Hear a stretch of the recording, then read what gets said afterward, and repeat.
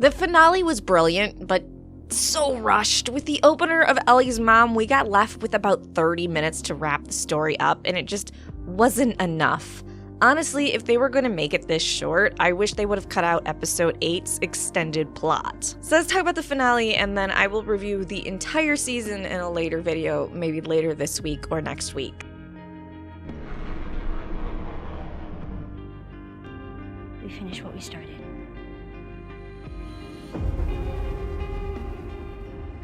Welcome to the Fireflies. Let me see her, please. She's being prepped for surgery.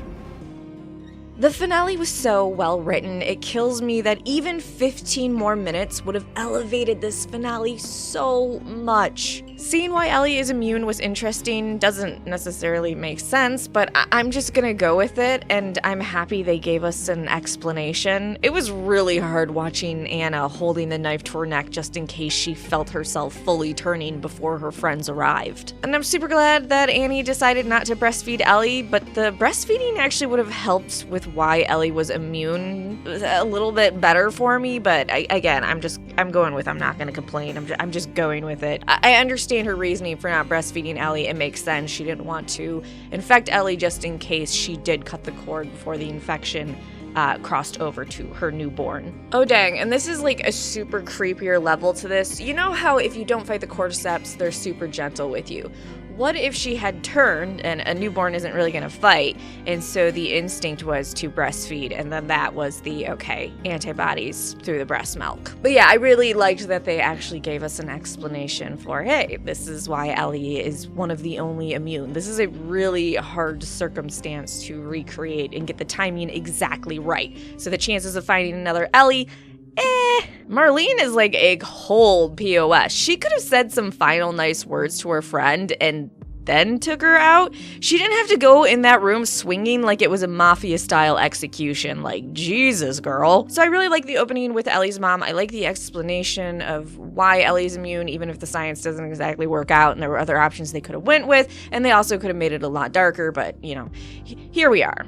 The shift to Joel and Ellie, I think, is where things began to break down, at least for me. I don't think where we saw Ellie from last episode and the acting in Ellie from this episode really made a lot of sense. We just see Ellie in her own world, but it just doesn't feel quite right, and I wish we'd spent more time with her and Joel getting to the hospital to talk these things out. Not surprised Joel tried to kill himself after his daughter died. I'm happy they didn't go with the cliche, time heals all wounds, because honestly, there are some wounds that cannot be healed by time, and I think that was a fantastic message, and the implication that Ellie is the one that healed those wounds. Now, when they actually arrive in the hospital and the whole thing goes down, Doctor, he thinks that the cordyceps in Ellie has grown with her since birth. Why is she in surgery? It produces a kind of chemical messenger. It makes normal cordyceps think that she's cordyceps. It's why she's immune. He's gonna remove it from her, multiply the cells in a lab, produce those chemical messengers, and then we can give it to everyone. He thinks it could be a cure, Joel. Joel, you were right to stop the surgery, but you should have let Ellie decide. You should have had the surgery stopped, and when, you know, if Ellie decides she wants to come back for this, sweet. Let's go. Marlene, you made a promise to someone to protect their child, and you should have given her the choice. Please, you don't understand. I do. I was there when she was born, Joel. I promised her mother that I would save her child. I promised. So I do understand.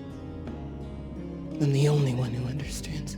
And you know Ellie would have chosen to die for humanity. Also, killing a surgeon in the apocalypse, Joel. That's like killing a unicorn. I'm shocked he spared the nurses. Seems a little sexist if you ask me. Listen, fellas, if you're gonna execute men, we need for you to not be a misogynist and also execute women. Fair's fair. Now we know. And knowing is half the battle. But man, Joel just taking out all those people just for one girl. I go back to Kathleen's quote, which I love so much, even if the character kind of fell a bit flat. I know why you did what you did. But did you ever stop to think that maybe he was supposed to die? He's just a fucking kid. Well, kids die, Henry. They die all the time. You think the whole world worth everything? And it's not like with that quote you're justifying putting kids in mines, but you're saying for the sake of the human race, for the sake of this huge group. It's a cure for the infection. I think that's worth one person's life. But again, you should ask them and not force them. That was super screwed up. Marlene's an idiot. You had him by surprise, just cap the guy. You know the type of person Joel is. You know he wasn't going to stop once he did all of that. You should have just popped him. Ellie, for sure, you can tell, doesn't believe Joel, and I think her asking him to swear the truth and seeing him still lie is going to hurt their relationship hard. It almost felt like a test. Because again, Marlene was right. If Ellie knew, she would have died for the cure. I don't really necessarily like the constant of Ellie saying, hey, the only way my life makes sense, the only way my life has meaning is if I do this cure. And it's such an odd, I want Joel to say, like, your life has meaning, has purpose, means something, even if you don't save humanity. Like, come on, girl. The reveal that Ellie had killed Riley was an amazing reveal, and I think most of us guessed that's how it happened. Still, I can't imagine the terror of your friends slowly turning while you aren't experiencing any of those similar things, and then realizing, I'm gonna have to put down my friend soon. Overall, I kind of wish we could just end the show here with them both agreeing to go to Jackson, Wyoming together. We see the town in the background. They go there, they chill with Tommy. Maybe Maria, she throws a bit of shade because she's a shit stirrer. But then that's it. We don't need a season 2. HBO. However, Hollywood can't give us nice things because they have to constantly remind us life is just terrible and to give up and not resist. Now, while I don't approve of Joel going through and killing everyone, I have to say, Pedro Pascal's face as he's going through, as you can see this trauma, it was like he wasn't even there if you look at his face. It was like his PTSD had taken over and he had to save his daughter.